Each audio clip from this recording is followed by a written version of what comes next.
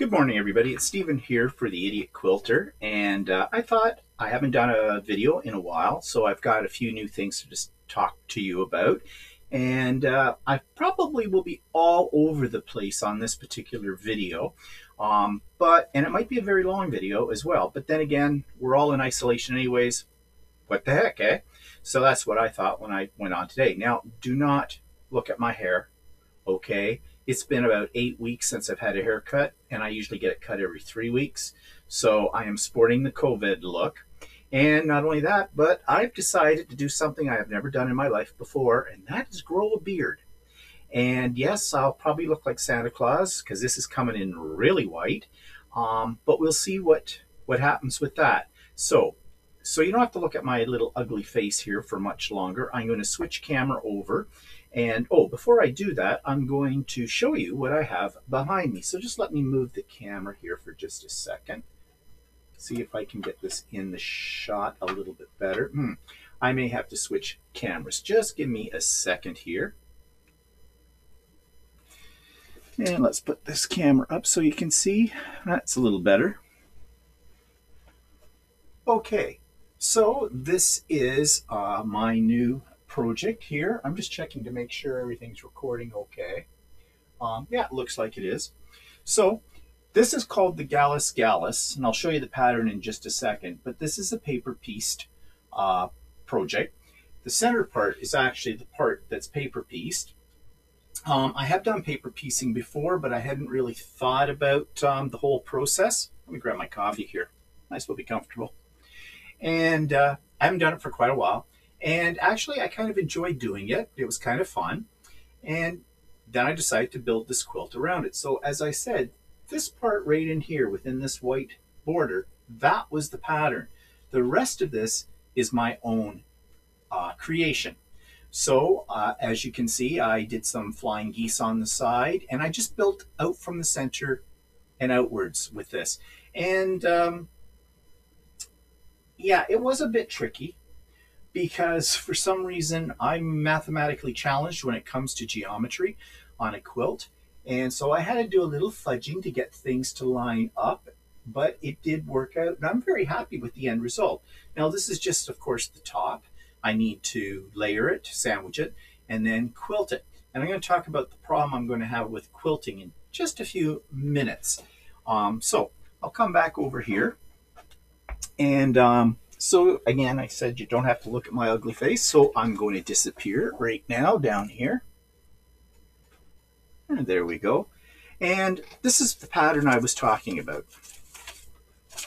It's called Gallus Gallus, which I have a feeling is Latin for maybe rooster. I don't know. But it's a design by Anne Shaw. And I've had this for a while, and it's not easy to get. In fact, I could only find one place online, and it was in the States, where I could order this. And so I did, and I believe, yeah, it's called AnneShawQuilting.com, but I don't think it came directly from her website. I think she had it linked to another place, and that's where I got it. I got it fairly quickly, and then I just let it sit in my pile of things to do because I looked at the instructions and I thought, ooh, this might be a little bit more complicated than I thought. But you know, it wasn't. I traced it out on freezer paper and basically followed her instructions, which were pretty clear. It was pretty well laid out, and it went together in no time. And after you got one section of it done, the rest of the sections were pretty easy to do. You make it with scraps. That's all I used in it. I just used scraps to create the rooster.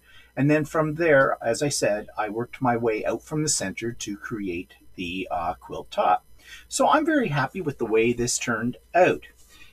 So that was one of the projects I have finished. Well, it's not finished because it hasn't been quilted yet, but it's one of the projects I was working on during this whole COVID self-isolation crisis thing we're going through. So this is a second one. I'm working on this one right now. It's called Nine Sisters. I belong to several online Facebook quilting groups. A couple of them are men-only groups. Sorry, ladies, but you know, there's lots there for the ladies, not so much for the men. So I joined this, and one of the gentlemen had shown this. It was different colors, of course. And I thought it was quite interesting.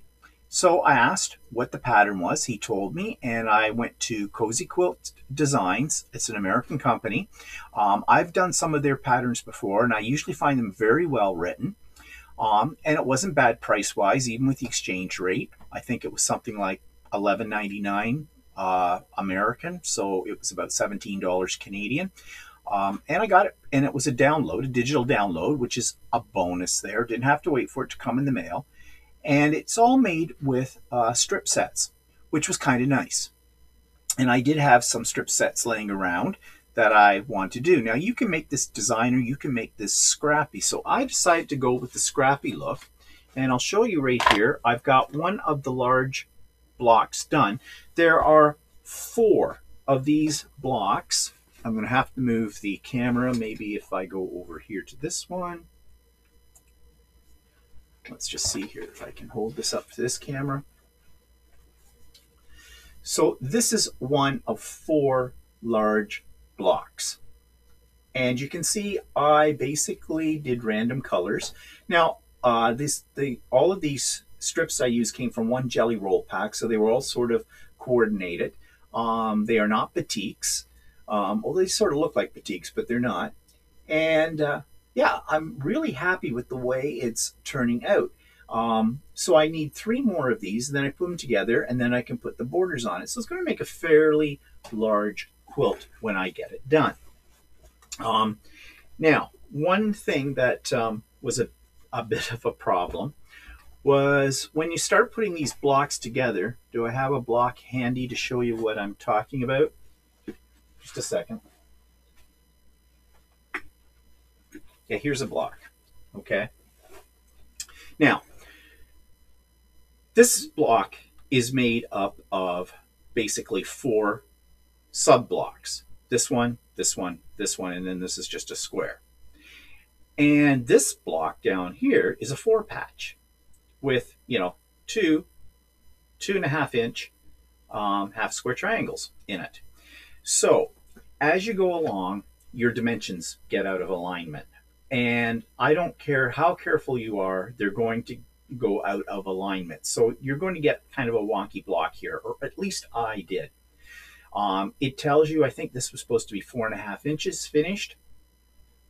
And I squared them up a little bit, and I did the same with these blocks. And well, this overall block was supposed to be 8.5 inches finished. It did not turn out that way. It was kind of wonky. So to square it up, I had to make it 8 inches. So that means I have to adjust the dimensions on the larger quadrants as well, on the larger blocks that are in that. But that's okay. It'll all work out, I think, mathematically. As I told you, I'm a little bit mathematically challenged when it comes to some of these things. Let's go back to the table, shall we? Okay. So anyways, as I said, it's called 9 Sisters. It's by Cozy Quilts. And yeah, I think it's going to make a really nice quilt. Now, once I have this quilt top done, it means I will have about 7 UFOs to finish up. And when you're finishing up UFOs, so let me switch over here. Okay, so I have 7 UFOs to finish up. They're all hanging up on hangers behind me. You can't see them right now from this angle. And why am I waiting to finish them? Well, I've got a little problem with my sewing machine. You know from past broadcasts that I use my embroidery part of my sewing machine to do my quilting. Well, I was working on one of my quilts, actually the largest quilt I've ever done with the embroidery. And halfway through the quilting process, my machine broke down. Well, I found out later that I had something stuck in the embroidery arm. Apparently there was a lot of thread and a pin. That did it. So I had to take it in for repair to my local quilt shop, Ultimate Sewing, here in Oshawa, where I live in Ontario, Canada.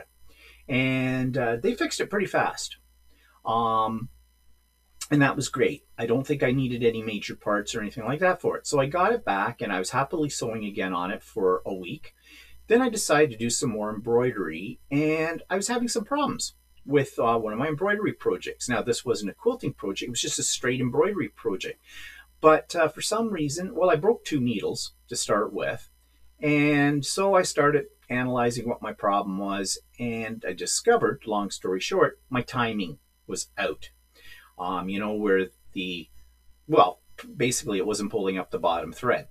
And because the timing was out. In fact, the timing was so badly out, and the reason I broke 2 needles was because my needle was actually going down too far and hitting the bobbin case, which is not a good thing at all. So I'm thinking, oh crap, I just got the bloody thing back. I'm going to have to take it in and be without that machine. Now, I do have a secondary machine. It's my machine that I usually take to classes. It's a smaller machine, a little lighter, but it's a little workhorse. It works fine. Of course, it doesn't have all the buzzers and bells and things that my main machine have. So I thought, well, maybe I'll just try to fix it myself. So I actually have a service manual for that machine, and it did tell you how to set the timing up. And I started to work on it, and it meant taking off a bottom panel, and there was a gear, and I thought, no, I better not. Better stop. I mean, it is a $14,000 sewing machine. Maybe I shouldn't be tinkering with it myself, especially when you don't know what you're doing. So it's in the shop, waiting for repair. I was hoping I would have it back by today, but no such luck. Now, that doesn't mean that they haven't got it repaired yet, but my local quilt store is only doing curbside service, like a lot of businesses are, and right now she's only doing that about once a week, and the days vary. You never know until almost the last minute what day she'll be doing curbside service. She usually sends an email out to let you know that something is ready for pickup. But to be honest, because of this whole crisis thing going on right now, she doesn't have her full staff with her. And I think she's getting a little overwhelmed with people ordering things and getting those orders filled. And I don't want to bother her, but I do want my machine back. So I'm waiting for it. And so that's keeping me from doing any quilting on my UFOs right now because of that. Now, I am thinking, when I get my machine back, that I am going to attempt free motion quilting on some of these UFOs. And my free motion quilting is not the best. Well, that's an understatement. It's the worst, actually. But I'm thinking to myself, maybe it's time to just bite the bullet and go for it. Try something simple. Don't get too overambitious. And at least it's practice. And you know something? Who's going to know? Really? I just won't show them those quilts that I did that way. I don't know. I guess I'm coming to that stage in my quilting life where I've got to learn to grow apart from my project. What I mean by that is I've made all these quilts. I've got quite a few quilts. In fact, I've started to catalog them, and I think I've got about 25, 30 quilts that I've done in 2 years since I started this little adventure. And they're just sitting. When I get them done, they just sit. So I've got to start giving them away, and possibly, if I do, I like the process, but when it's done, and I want to move on to the next project. So if my quilting isn't completely professional looking, it's practice, I can always donate the quilt to charity. Someone will like it, want it, and I've got to learn to let go. I guess it's like your children growing up and leaving the house, right?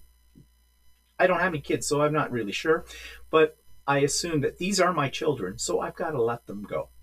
Anyways, I don't know how I got all onto that, but I've talked now about, I've got a little list over here that I'm checking off, so I know what I'm going to talk about. So yeah, sewing machine repairs, not a good thing to happen when you're in self-isolation, but we'll get around that as well. Let's go back to the table, shall we? Okay, so here we are, and let's talk about what everybody's talking about, face masks. Okay, this has become a relatively debatable subject about making face masks. All right, we know there's a shortage of face masks in our healthcare system. At least there are here in our area in Canada. And people have decided, out of the goodness of their heart, that they're going to make these face masks and they're going to donate them to the hospitals. And then we're hearing that the hospitals don't want them because they are not regulation. They don't have that, whatever that's called, that N was it, N95 or something type that, is really meant for control on things that are like viruses and that kind of stuff. And this is just a piece of very fancy quilting cotton. Now, they do say just these alone can filter out about 60% or something like that of particles. They're also saying that although these might not be acceptable in hospitals, for the average person going to the grocery store, that kind of thing, it's an added layer of protection. If you've got a cough or something like that, it protects other people around you. All kinds of stuff about it, and nobody seems to have the definitive answer on any of this. So people have been making these by the hundreds, and that's great. Everybody wants to do their part right now, and I think that's great. However, I was one of those person that was going to sit down and just, manufacture as many of these as I possibly could, but they take a lot of time. And then, of course, you got to get the elastic. Now, there are substitutes people are using for elastic. I lucked out. My local quilting store got a whole bunch of elastic in, and I got about 20 meters of elastic. I ordered some on Amazon too, which was coming on, I think it was about 70 feet, 70 yards or something like that at a ridiculously low price. So, it wasn't coming from anywhere in North America. But that was fine. Well, I got a message from the provider of that, and they were telling me that, I'm going to go back here. I want to talk to you. There you are. They were saying that it was going to take 30 or up to 60 days to get the elastic to me. That was really nice of them to send me that message to let me know. And if I didn't want to wait that long, I could cancel the order and they would refund me the money. So I figured, well, at the same time, my quilting store had the elastic. So I thought, well, what the heck, yeah. Now, when I'm talking about 70 yards of this stuff, obviously coming from China, it was like $10.88 total. Free shipping because I had Prime. Bargain, yes. To be seen once you get it. Who knows? I don't know. The picture looked good, but the picture could be totally different from what I'd get. But I figured at $10.88 I couldn't go really wrong. But anyways, I canceled the order. Well, I thought I canceled the order. I still don't know for sure. They did refund me the money. They were very efficient. But I noticed on Amazon where you look up what's happening with your orders, it's still on there, and it says it's still coming. Now, I don't know. The last update on that was April the 22nd or something, said it was in transit. So I have no idea. It says I'm supposed to get it sometime between the 12th of May to the 4th of June. I don't know. But there it is. So we'll see what happens, whether I actually get that. Or whatnot. I'm not that worried about it. I'm just curious more than anything now. I got my money back, so that's fine. But I mean, if I get it, I'm not shipping it back to them because of the logistics of that. Not for $10.88. I'm not going to worry about it. Okay, put it that way. We'll see. But anyways, that's the story about elastic. But back to these masks. So the first few that I made, I found a pattern. Actually, it was a Missouri Star quilt pattern, and it was taking about 45 minutes to make one mask or so. But then I found some in the hoop using the embroidery machine to make these masks, which I think does a nicer job. It's faster. I think it takes you about 20 minutes as opposed to 45 minutes to make one mask. So I was merrily making these along. I did have to adjust the pattern slightly because I want to reinforce along the edges because the satin stitch here and sometimes didn't catch the elastic properly. So I did a few things. I made it work. But they're pretty good. Kind of designer. I wore one the other day to Shoppers Drug Mart to pick up a prescription, and the lady that was fulfilling the prescription for me, she said, "Oh, I really love your mask." And I said, "Yeah, I made it." Because you have a lot of fun, and there's a lot of designer masks out there that people are making. But the point is, if we're making hundreds of these, and people are they being used? We're being told that the hospital people, the healthcare workers, don't want them. Others are saying, yeah, they'll take whatever they can get because there's a shortage, so you don't know. So right now, I'm just making these. I made a few for the neighbors. They asked me for a few more for their family, and yep, I made them for them. And so anybody who approaches me that needs a mask, I will make for them. I've got a few spares. I've made some in kid size as well, which I just altered the pattern so it would fit a child. And if that's what they ask me for, then I'll make them. No problem, no charge, free. You know, I mean, it doesn't use that much fabric anyways. Of course, right now with my sewing machine being in the shop, I can't really do that, can I? So that's the whole thing with making masks. Let's go back to my table here. Okay, so what else do I want to talk about? Well, let's talk a little bit about ordering things online. So you see in front of you these fabrics. Am I getting low on fabric? Well, yes and no. I have a lot of fabric, but I don't have a lot of large pieces of fabric. So I love batiks. So I thought, I could get these from my local quilt store. But here's the problem. She does not have an online presence. And what I mean by that is she has a website, but she doesn't have any of her products on the website. So you can't see what she's got.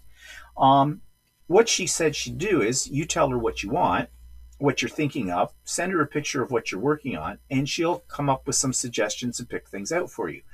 Well, that's a bit of a cumbersome process, I think. So I'm not going to do that right now. I want to support her. I really do. And I'm trying to the best I can because, they've supported me in this little adventure I've been on with quilting, and I want to support them. However, I just don't want to buy fabric willy-nilly without seeing it first and knowing what I'm going to get. And my style is different from the store owners.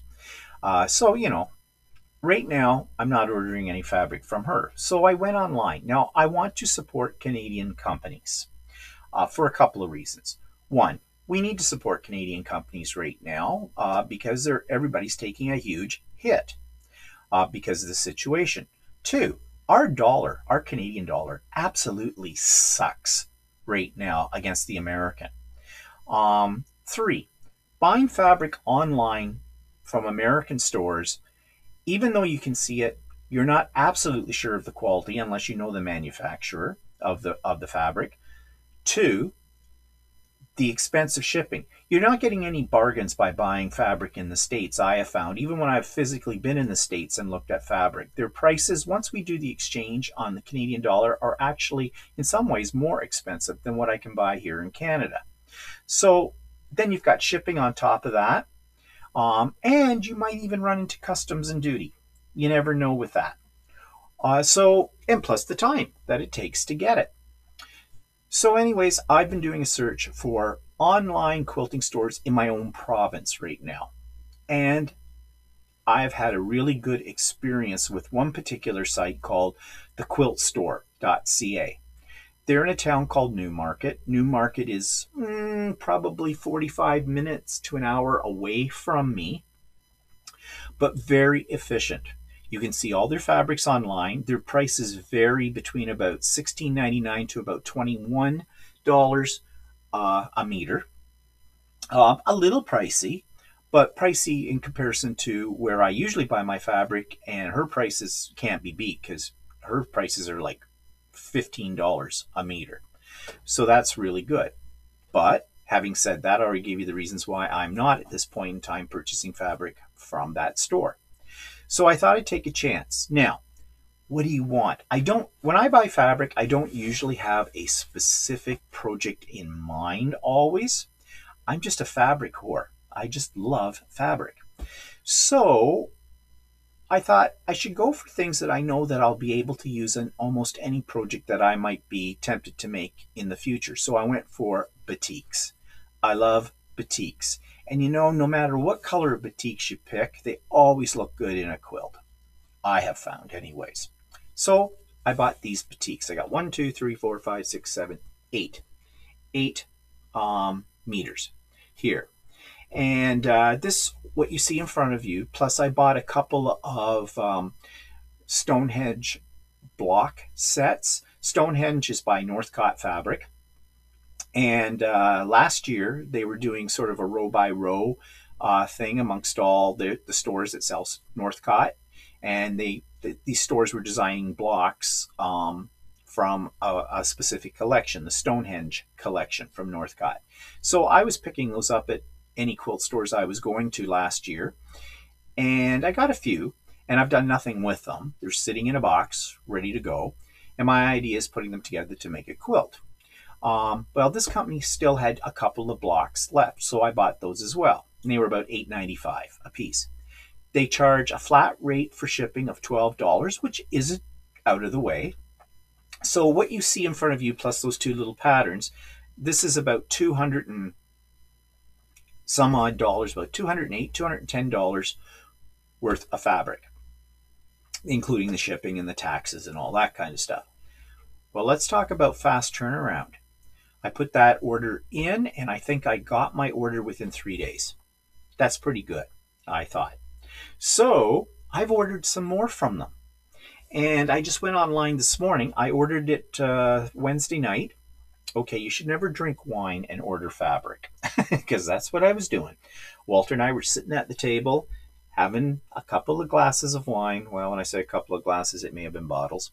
Anyways, that's a story for another day. And when I get into the wine, I tend to want to do online shopping. So I did. So I bought more fabric. Not as much as here, only about $116 worth of fabric. So it's supposedly coming very soon. Walter bought some fabric too, and he's got some coming as well. Now, there's another place that I bought fabric from, which is closer. I've been to this store. It's in a town that's just north of me by about 20-minute drive, 25-minute drive or so, half an hour. Let's say half an hour. And they've got some really neat fabrics. A lot of their stuff is more on the vintage style, but they carry batiks as well. It's a nice little store. Prices are a little higher than what I'm used to paying, but they carry lines of fabric that my other store doesn't carry, which is fine. Makes them a little bit more unique. So I decided they do have an online presence, and they do show their fabrics. So I ordered about another $200 worth of fabric from them. I ordered those on Monday. This is Friday. Every time I check the order, it says in process. They have sent me no updates about the order, but they took my money pretty quick. That wasn't a problem.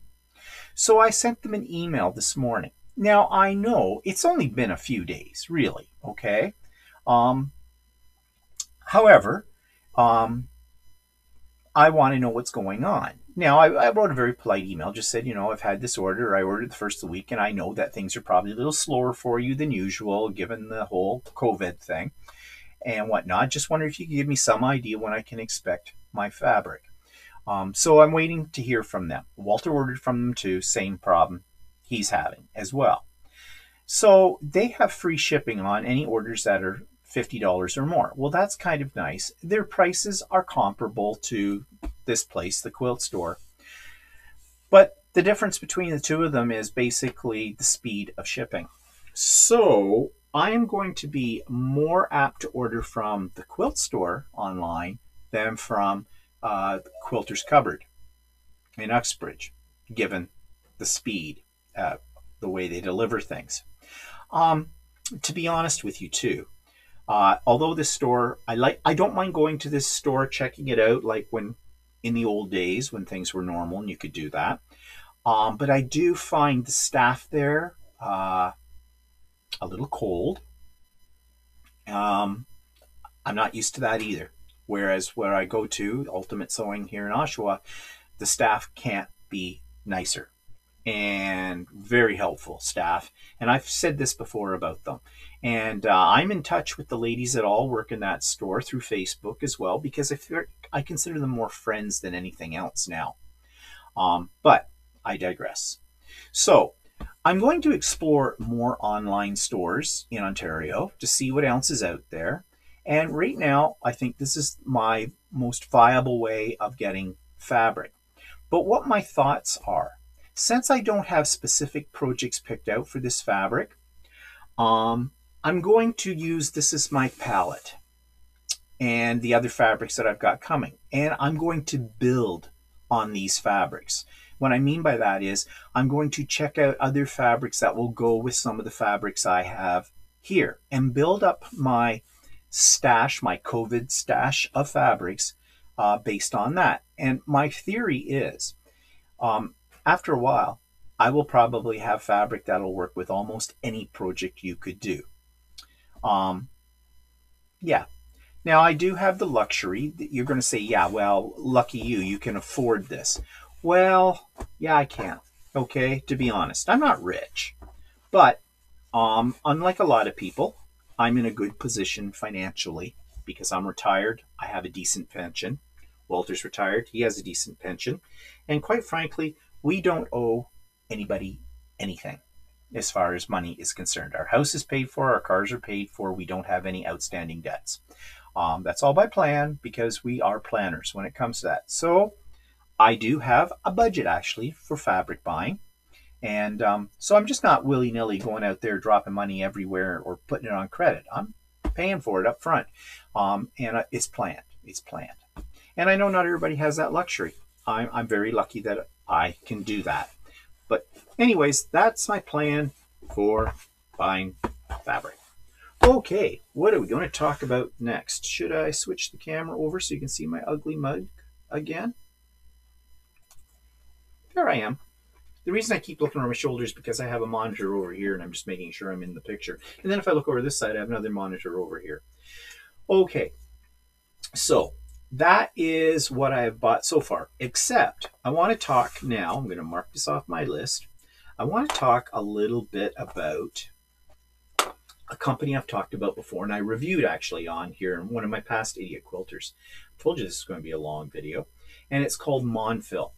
Monfil.ca. Speaking of Canadian companies, they're in Quebec, and I love them. I absolutely love them.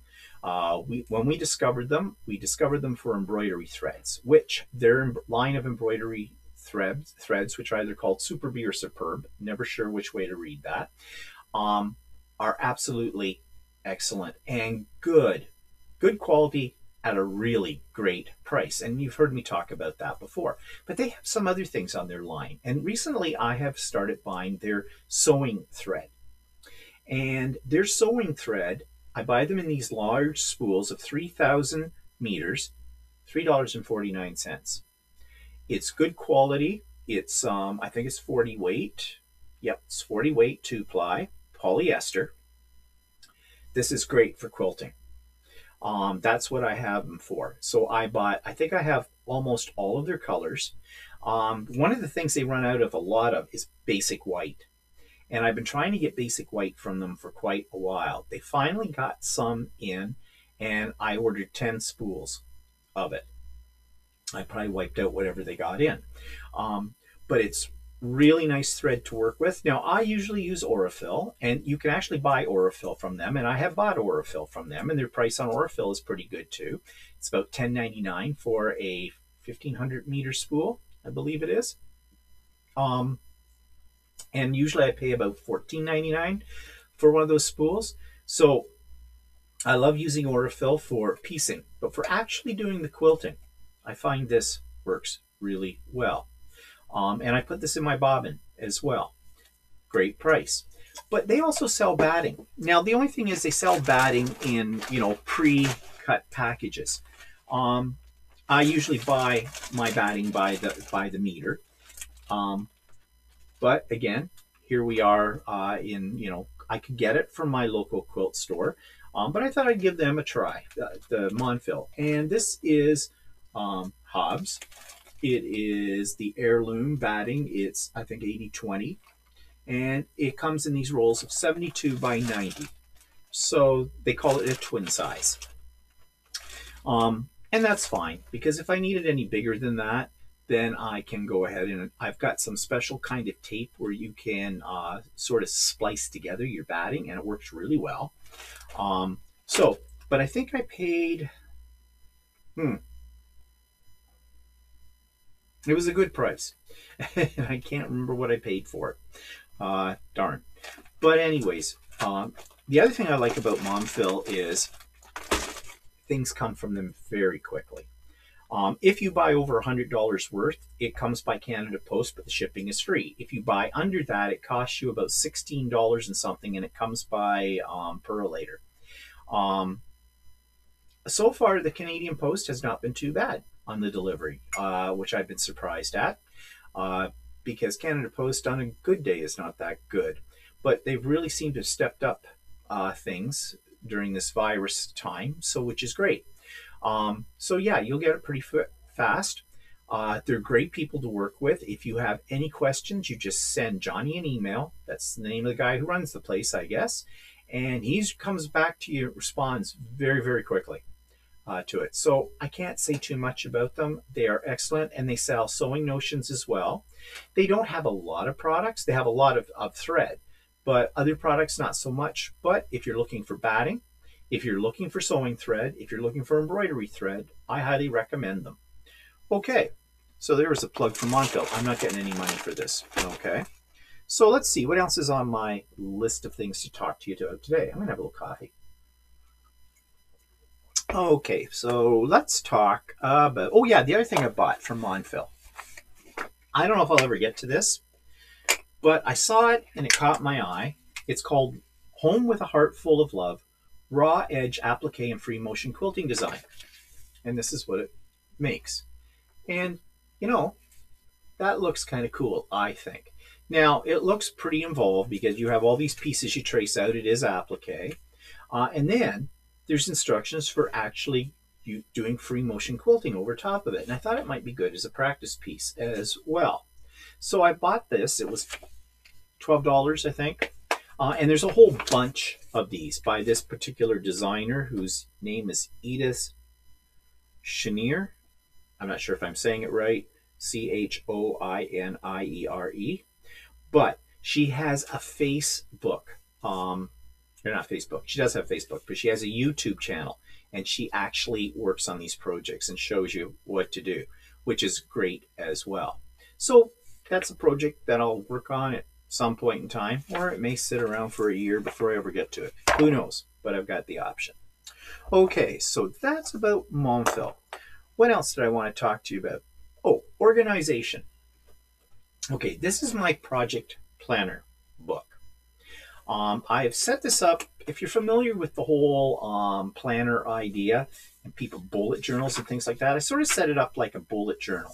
I have a table of contents, and I have things in here like quilting and sewing ideas, UFOs, finished projects, quilting classes, projects to make, and things like that. And I just leave enough space.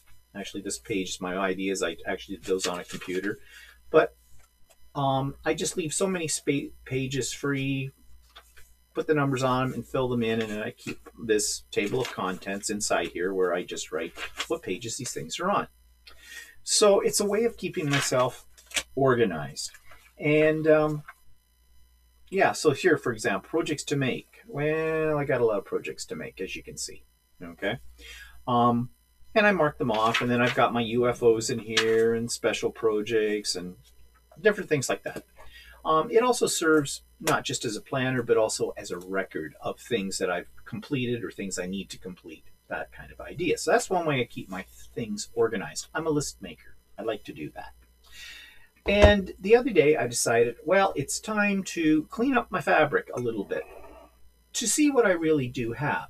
So I do my baskets. Well, I'll show you my wall here. Now I'm going to make you sick for just a minute because I'm going to turn the camera. Here is my storage.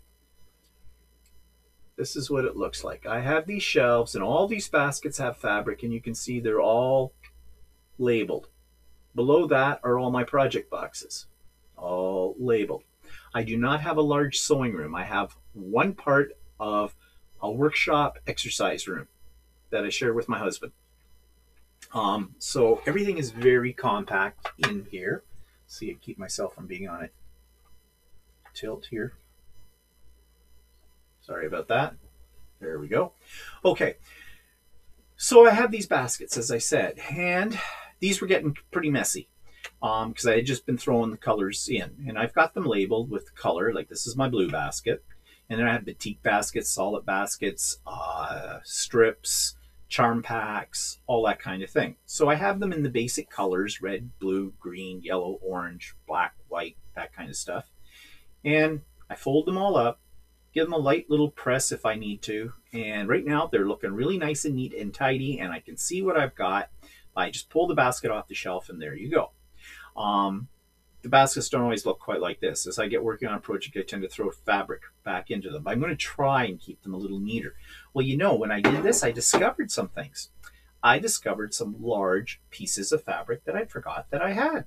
They were buried in the bottom of these baskets, some of them. So I've got those organized now too. So now I have a better idea of exactly what fabric I have, which will be very handy when I go online to buy more fabric. So that is another organization way I keep things organized for myself as well. So, do I want to tell you anything more about that? Nope, I guess not. So, let's talk about a program that I have ordered for my embroidery machine. It's a digitizer, artistic digitizer by Janome, a very expensive software package that allows you to basically digitize whatever you want, and also to make your own designs and embroidery and things like that. Now, I was a little bit iffy about buying one of these because this is over $1,000 for this software package. And there are other ones on the market as well that are equally as expensive or even more so expensive. So I'm thinking, you know, I can buy patterns online. They're not that expensive. I have quite a few patterns already. For my embroidery machine. Like, and when I say quite a few, I mean probably well over a couple of thousand. So yeah, you know, and like I said, they're not that expensive. But Janome came out with a trial version of their software. Actually, it's a full blown. It's the whole program, and you could apply to get it, and you can use it for free for a month until the end of May. So I thought, what the heck, let's give it a try. Well, I fell in love with it. It is so cool. Now I'm going to show you something. So let me get out of camera shot for just a minute. But I told you it is a digitizer. So you can actually take a picture or a drawing or whatever, and you can put it into this program and it will do a digitalized pattern of it. Now, this isn't a good example of what it can do because I did this with just basically playing. I didn't bother to read any instructions or things like that. It was my first attempt. This is a picture of me. It's actually my Facebook page picture. And I just put it in, the picture is a JPEG. I just loaded it into the software and it did this. And it sewed it all out.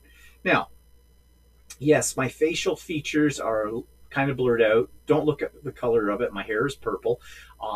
It gives you the recommended colors. You can go in and change them, do whatever you want. But I just decided just to experiment to see what would happen. And I know what I could do better now because I've played a little bit more with it. But you know, this was just like right out of the box, kind of just do it. Don't read any instructions, just push buttons. I'm kind of impressed by that.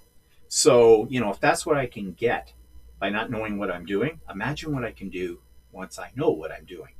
And they have a lot of support for the program too. There's a ton of YouTube videos that they've put up for this kind of thing to learn it. So I decided to bite the bullet. It is expensive. I asked my local quilt store, because they're an authorized Janome dealer, if they can get it for me, and she had to order it, and her price is $10.99 plus tax on top of it. So we're talking, you know, $1,300 for this program. But I look at it as an investment. I have an expensive embroidery machine. Might as well invest in software for it as well. At least that's my rationale for it. However, I did ask her if she thought, because Janome had come out with, you know, for 1 month using the whole program for free, if they would come near the end of that month or something with a special price on it. She said no, they probably wouldn't. However, I never take no as an answer. So I wrote to Janome And Janome wrote back to me and said, yes, in about 3 weeks' time, they're going to have a special deal. They didn't say the nature of the deal, what they were offering. I suspect because so many people have taken advantage of this freebie that what they'll do is they may give you a discounted amount and send you the code for using it. Now, I've let my local dealer know about this. I haven't heard back from her with email, but that's not unusual. She's not the quickest at giving back on email. But I imagine that if I ordered it through her, which I have done, that if Janome comes out with a special price, she will give it to me at that special price. So put it this way. She better. Just saying. I love her dearly, but if they offer this thing at about like for a couple of $100 less, yeah, then that's a couple of $100 more towards fabric, right? So anyways, we'll see. But I'm kind of excited about getting this program and using it more. Of course, I can't do anything with it right now because I don't have my embroidery machine. Yeah. Okay. Moving on. So that's called Artistic Digitalizer if you happen to have a Janome embroidery machine. All right, what's next on my list? Let's talk about virtual retreats. I belong to the Quilter's Way, and the Quilter's Way is an online membership club. A friend of mine started this about 2 years ago. She's out in Calgary, Alberta, Canada. You pay $11.99 a month, American, I think, is what it is. So it works out. I pay about $15 a month, given the exchange rate. Worth every penny. It's great. We have regular meetings via Zoom. In fact, it used to be one every other week. Now we're having one every Friday during this whole isolation thing, which is great. You can see the other people that are members, and the membership is growing every day. And there's a whole bunch of courses that you can tap into, all for that membership price, and they're good. They're really good. Kim, the owner of it, she is an excellent teacher. Takes the most complicated things and makes them so simple. So check them out. It's called The Quilter's Way. I think she has a freebie for a week or 2 weeks or something where you can go on and, try before you buy kind of a deal. But she sponsored our first online virtual retreat last weekend. It was great. It was a lot of fun. It's still a little bit different than going to an in-person retreat, but we can't. So this is a really good substitute, and she has plans for doing a second one, and we've been throwing back and forth ideas for the next one, how it can be made even better. And this one, though, was for a first try at this. It was really good. So I enjoyed that a lot, and I was working on actually the Nine Sisters quilt that I showed you earlier through that. And she had prizes, and she had some special guests that came on, and she had some special projects too. So with the exception of the fact that we were all in the same room, it was pretty much like being at a retreat. Except you did it in the comfort of your own home, and you didn't have to take everything but the kitchen sink to another location. So that was great. Speaking of virtual things, though, I have a virtual guild meeting on Monday night. Now, my guild had a virtual meeting last month, and that went over really well. So this one should be about the same. We're not using a Zoom. We're using a Zoom-like program with it, but essentially we're not looking at everybody. We only have only people who are presenting anything, like from our executive or that kind of thing, can you see at the point when they are presenting. And then we have a quilt show. Now, at our regular guild meetings, we have show and share section where everybody brings whatever they've been working on and shows it off. Well, now we're sending in pictures and doing it that way. The only thing I'm a little concerned about, though, is, and I'm on the executive, I'm the secretary, and at our next executive meeting, I might bring this up. We're getting an awful lot of quilts. Well, that's good. However, those quilts are coming from only a few people, and some of those people are putting in 5, 6, 7 quilts at a time. And one of the other members of the executive, who's kind of the one who looks after our technical base for all of this, she's putting this all together as a slideshow. Um, but I'm thinking, we'll see how this works out at this meeting, but I'm thinking it's a little bit much. Because nobody wants to be sitting online for hours on end. I mean, it's nice to see other people's quilts, and it's great that we have this ability to be able to do this and share them. But I'm wondering if it's just a little bit too much. And of course, people are doing write-ups about their quilt. Now, some people write 2 sentences. Other people write 3 books. And I'm thinking, okay, this might be a little much, because what's going to happen is the person putting it all together in the slideshow is also going to be reading all of these things that people put up. And, well, maybe it's just me, but I think it's going to be boring after a while. Okay? I love quilts like everybody else. I love looking at them and that kind of thing. But in this format, I'm just thinking it's death by PowerPoint. So I don't know. We'll see how this one works. I'm kind of afraid to bring it up. I'm the only man in the guild. And I'm afraid that, well, every time I open my mouth at a guild meeting or whatever, or on the executive, I usually get shot down. They gang up on me. Okay? So I tend to sit there and be quiet about things. So I'm wondering whether I'm thinking of a way, how can I bring this up so they don't think, so I won't get it sliced. Basically, that's what I mean. But we'll see. Maybe it's just in my head. Maybe it'll be fine. I guess the bottom line is, if the majority of the membership go for this and they like this idea, like my idea is, yes, definitely have the show and share, but maybe limit it to two pieces a person, and maybe also suggest limiting how much they say about it, like 50 words or less, kind of a thing, just to keep things moving, because that's not the only thing we have on the plate for these virtual guild meetings. But I don't know. I'll wait and see before I open my big mouth. Simple as that. Okay, so what else do I want to tell you about? Oh, okay, so still on the kick about virtual, and I'm going to switch the camera over here to show you this next thing.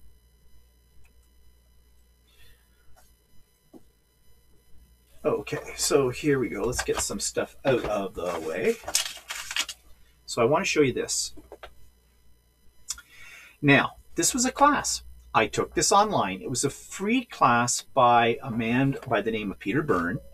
He's located in Toronto, and he is an award-winning quilter, an international award winner. He has some fantastic quilts. So he was offering this class, and it was sort of a technique thing. As you can see, where you have raw edges, it's a form of applique, but also it's sort of a fusion of applique and piecing. And so I did it. I took the class. Now, at first, he did the class all through Instagram. Not the best platform for a class.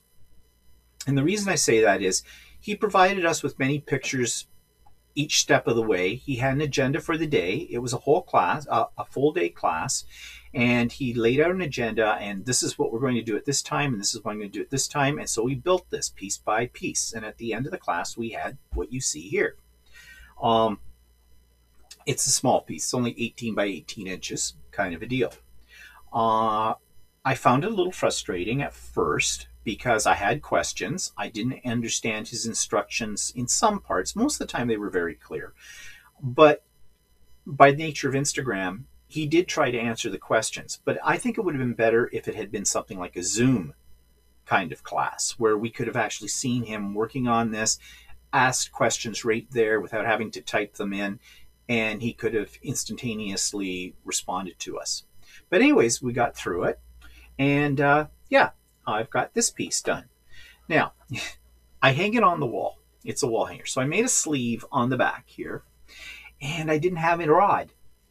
And really, right now, where am I going to get a rod? And so I just had basically a piece of doweling that I cut the length, and the doweling, I used black Sharpie on it just to color the ends of it, and it hangs on my wall, and that's the way it works. And will I ever buy a real rod for it? Maybe yes, maybe not. I don't know.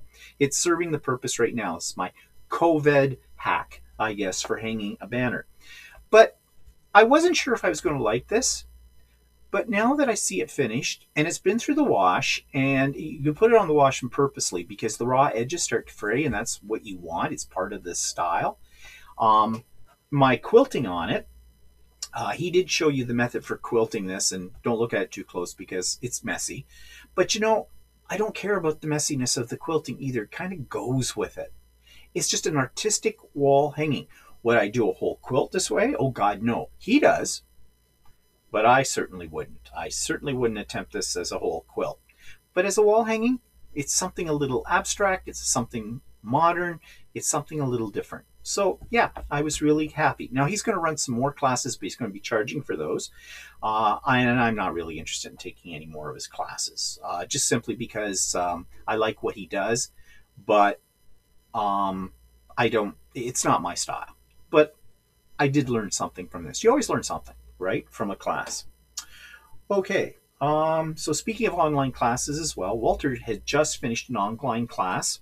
The class started as well, it's a shirt making class. He's always wanted to try garment making. So a friend of ours who got into sewing relatively recently has gone full guns into shirt making and garment making, and he does wonderful, wonderful shirts. They might not be for every man out there because the colors are bold and the style is bold, but he's a very good teacher. And so he had 2 classes, in-person classes, and then we had all of this happen with the virus thing. And so he is now offering the class, to finish it, he did it on as a Zoom. I think there were 8 people in the class. Walter was the only other guy in there. And I can't show you his shirt right now because it's somewhere upstairs and he's still in bed. Yeah, it's after 9 o'clock in the morning, but he's a night person. I'm a morning person. So anyways, if you tune in to Stephen and Walter live this coming Sunday, you will see the finished product. It's fantastic. He did it with batiks. Who would have thought? But batiks make a really great shirt. It's a long sleeve shirt. The fabric Walter picked out is very dressy looking. Like it would go almost with anything. It could be casual wear, but it could be dressed up wear too. He did a fantastic job. So he's going to, the guy who's doing this class, Brendan is his name, he's going to be doing another class soon on Zoom. So Walter's going to make another shirt. I don't know if he's going to make a short sleeve one. I've kind of wanted a short sleeve one. I want him to make me a shirt. Now, making shirts are not my thing. I would not have the patience, but Walter has a lot of patience. But making quilts is really not his thing. So, you know, between the two of us, we've got all bases covered, I guess. But anyways, just again, this is the new norm, isn't it? Doing things online. And it can work. It can work. Thank goodness thank goodness. I wish this had never happened, but if it had to happen, then it's a good thing it happened in 2020 and not in 1990. Because in 1990, we would not be able to do all these kind of things online. We just wouldn't have the technology. So we're lucky we have that technology now. Okay, what else do I want to talk about? Well, I'm going to switch camera here again. There I'm back. And let's just move a few things out of here. A couple of other things. Okay, I had to buy a new iron. This is my travel iron. It's a Rowenta. This is a great little iron for a lot of reasons. 1, this little sucker has steam like you would not believe. 2, the handle folds down. I actually made a little bag for this. It comes with a little bag as well, but I made an insulated bag because this thing holds its heat after it's shut down. So much so that 20 minutes later when it's unplugged, it's still hot. So when I'm at classes and I'm using it and I want to pack it up to go home, you know, it hasn't cooled down yet. So what I did was I built a thermal bag for it. Just used what do they call it, Insulbrite or something like that. I can't remember what it is. No, I didn't. Yeah, I did. I used Insulbrite, but I also used I used a silicone sheet actually, and lined the bag in between the layers with that, and I can pop it in, and that protects it from my other equipment. So that's fine. But this is my second one. I had my first one, I loved it, but this handle design, do not press down too heavy on it because it will collapse on you. Now, and over time, I did that. I didn't do it on purpose, but basically it snapped. It just wouldn't stay open anymore. I could still use the iron, but it wasn't like the handle kept collapsing on me. So I decided to buy a new one. I got it on Amazon, and I think the total price of it after taxes in Canadian dollars, and I think it might have been on Prime. I don't think I paid shipping for it. Cost me about $50. That's not bad, but I really love this iron. It is great. So if you're looking for a new iron, especially one that you can take with you to, retreats or things like that. Of course, we're not going to retreats right now, are we? Then I suggest the Rowenta. In fact, I love it so much, I wrote to the company and I told them how much I loved their iron. I told them what had happened with the first one. I never got an answer back from them. Actually, what I got back from them, which was very strange, so whoever was operating that, or maybe it was just done by an algorithm, I don't know, I got a survey form about their customer service. Well, I never talked to anybody in customer service. I sent an email saying, I had one of your irons. This is what happened to it. I loved it so much. I bought another one. I know they probably would have repaired it for me or something, but I wasn't going to wait around and blah, blah. And I also told them that I am in the future going to buy one of their more professional irons. I want one of those irons that has the water tank. The tank is a separate unit. They're not cheap. The Rowenta one I've got my eyes on is around $400, and I'd really like that. But right now, I'm just holding off on putting out that kind of money. Yeah, you're going to say I spent all this money on fabric, and what the heck? Yeah, I know, but I want to spend it on fabric. That's more to my purposes right now. But eventually, I will get this other iron I'm talking about, and I suspect it will be just as good as this one. Should be even better, right? Because of the cost. Another thing I bought is 4 of these. What are these? Bed risers. You put the legs of your bed on these, and it raises it up for whatever reason. So, you have to climb into your bed or whatnot. Throw you a rope. But what these are really good for is I have extension tables, like folding tables. But when I use those, like I use them when I'm trying to quilt a quilt, right? It picks up the weight. It goes off to the side of my sewing machine. Problem being is the tables are too low. They're not at the same level as my extended table on my sewing machine. Well, I saw these at a retreat. They were using them on some of the tables at the retreat to bring them up for cutting and that, so they were at a decent height. And I went on Amazon, and I think 4 of them cost about $12 or less. You can get them at places like Bed Bath and Beyond, if that still exists, or whatever, but I didn't have one of those in my area. I went on Amazon and I bought a set of these, and they are perfect. The height of my table, now my collapsible table, is exactly flush and level with my extended table on my major sewing machine. It makes life so much easier. So much so that I bought a second set of these, because you can't see it, but over where my quilt is behind me, there's a table in behind there. And it's just a collapsible table. But I want it to be able to raise it up so I could put my Rustcott carts, those things from IKEA on wheels that have the different levels. Without these, I couldn't slide those underneath. And that's all part of my storage plan. I said I'm in a very confined space, so I need to make every inch count. So under the table storage is a good thing. These work for that. Puts the table up just high enough that I can slide those under, no problem with it. So these are a good buy. And at what they cost, an excellent buy. Okay, so I think I've talked for long enough, and I've shared everything I've wanted to share with you. And I haven't done an idiot quilter in a while. Um, I was thinking of doing a live one showing how to make a caddy stand. I don't know if I'll do it live. I have some problems doing live ones because of the way in this room, the way I've set up my cameras in here. So I might just do a tutorial on that. I'm a little hesitant about doing tutorials because I don't consider myself at that level of being a teacher, which is ironic because I was a high school teacher for 31 years. So it's not so much the teaching, it's the fact that, I still don't consider myself a professional quilter by any stretch of the imagination. I'm still learning.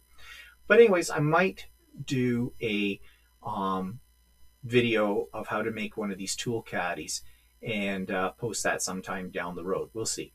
Anyways, that's gone on long enough. Thank you if you've stayed with me to the end of this.